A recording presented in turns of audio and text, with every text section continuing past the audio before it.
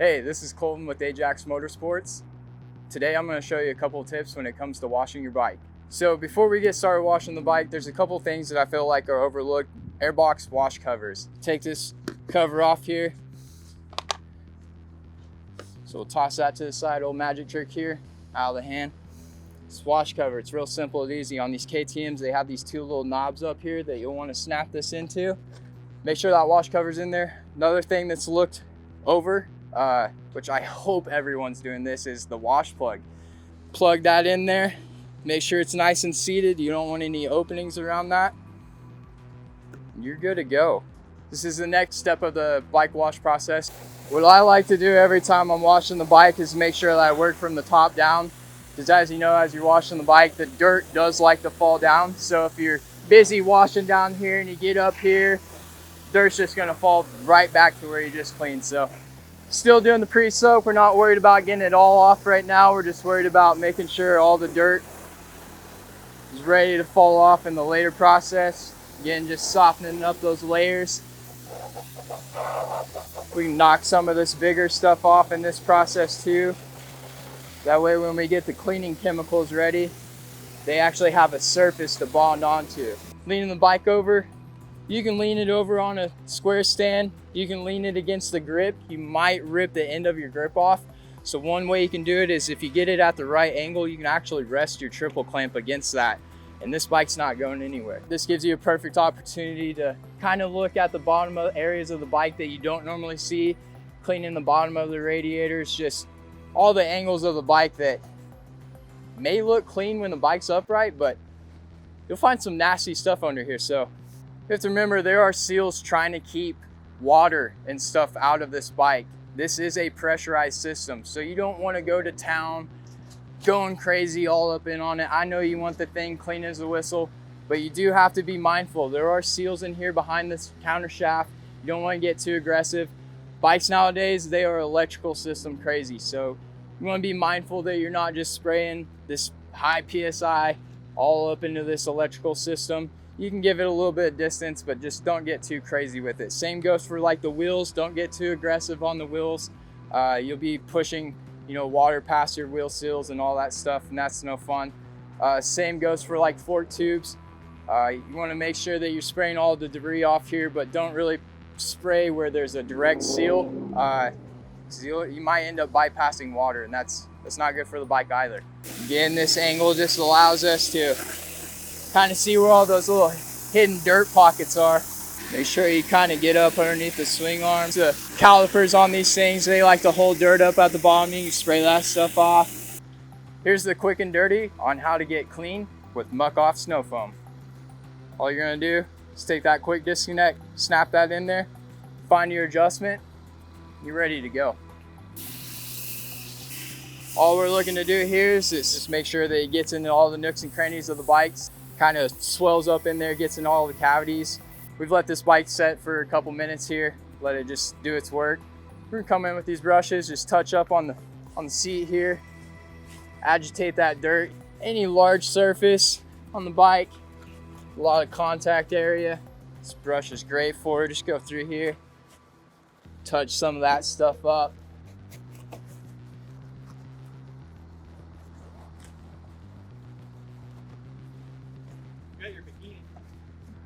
Wheel brush, good for cleaning in between the spokes, but we're gonna go through here and we're gonna clean between every spoke.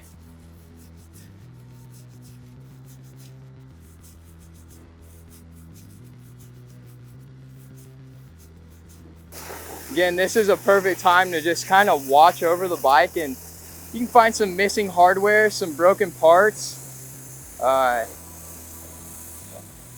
Just make sure that every time you're going out and riding, your bike's in new condition or as close as you can get it.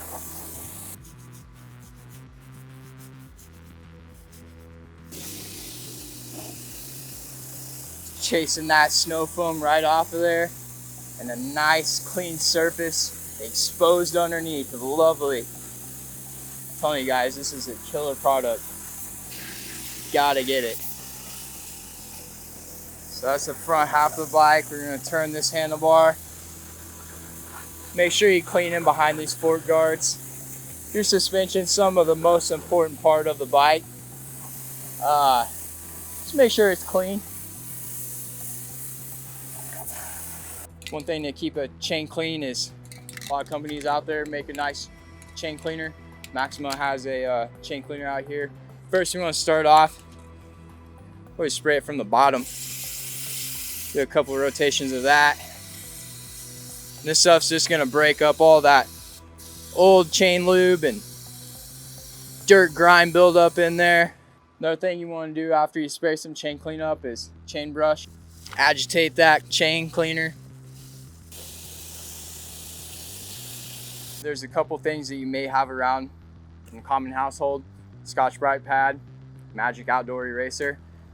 These are some of the things that sometimes some of the stuff just doesn't want to come off the bike.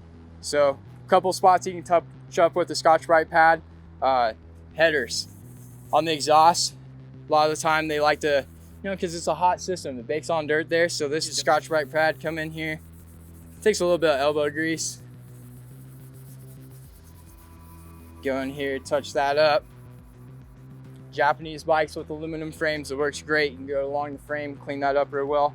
Magic Outdoor Eraser, come through with it. Get a little bit wet. All those things you thought were there forever, gone. It's just a quick way to speed up the drying process and a moment to actually push some of the water out of the areas that you don't necessarily want water setting on. So like your chain, some of the seals, spray it off your wheels, spray it off the seat.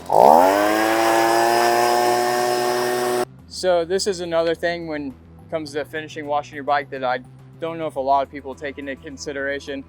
It's down here on your inner fork tube. You want to make sure that you clean all these water spots off. So over time what will happen is if you have too many water spots, this outer fork tube is driving down, some of those water spots can actually cause stiction and want to roll your seals. It actually can cause a leaky seal over time. So you just want to make sure you get this stuff off. It's a good chance to get any debris that may have bounced off your fork guard, off the backside of this fork tube. Just want to make sure that thing's dry. Here we have a product from Maxima MPPL. Basically what we're going to do is go onto any of the moving parts that have, raw metals that we don't like to leave set to the elements, and this is basically going to keep them from rusting. So key points to hit here are some foot peg pivot points. Move that part in there. Another part here is the shifter tip. This chain's going to be dry now. It's a naked chain. Put some clothes back on it. We're going to put some chain lube. What that's going to do is make sure your chain's not sitting there dry, rusting up over time. You want to put this barrier back on there. Make sure it's nice and protected. This is a nice spot to put some chain lube on. You're not throwing chain lube all over your wheel that you just clean. You're not really throwing it over your linkage. Getting it on the chain. It's chain lube. That's where it goes. You want to run a rotation around there. Kind of rock that wheel a little bit. Make sure that sets on there. You can be done with the bike now. It's a really nice looking bike. Take it one step further. We got an awesome product here from MotorX, the new Moto Shine. This is it's basically almost like new bike in a can. We're gonna go over, you can spray this over the plastics. This is gonna create a barrier. One, to create a nice little race shine, and it's gonna make it to when you go out and ride, dirt doesn't really have a surface that it really wants to stick to. So with the follow-up wash after that, just makes every routine wash that much easier and faster. So, and the final step before you put that lovely dirt bike back in that garage clean, if you followed all of our steps, put a little brake parts cleaner on a rag, clean them rotors off. Need a good braking system, right? Everyone's like, you don't use the brakes if you're fast. Yeah, right. You ever went fast? You need brakes. Wipe them rotors off, make sure all the surface of that thing is ready for those brake pads to get seated into. So when you get that whole shot, you get to make the first corner. You don't want to blow through it. It's not a whole shot. It's 5 laps of passing everyone that you just passed in the first 5 seconds. Why would you want to do that?